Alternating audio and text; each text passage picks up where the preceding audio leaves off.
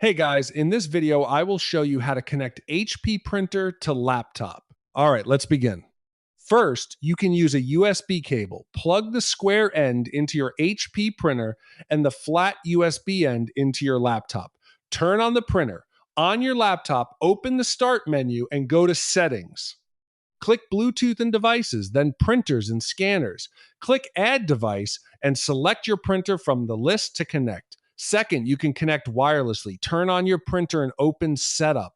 Go to Network Setup and make sure wireless network is enabled.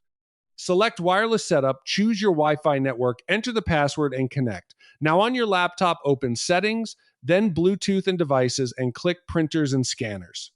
Press Add Device and select your HP printer. If asked for a WPS pin, check your printer screen and enter the pin. So that's basically how you can connect HP printer to laptop. And that's it for this video. If you find this helpful, consider subscribing and giving this a big thumbs up. Thanks.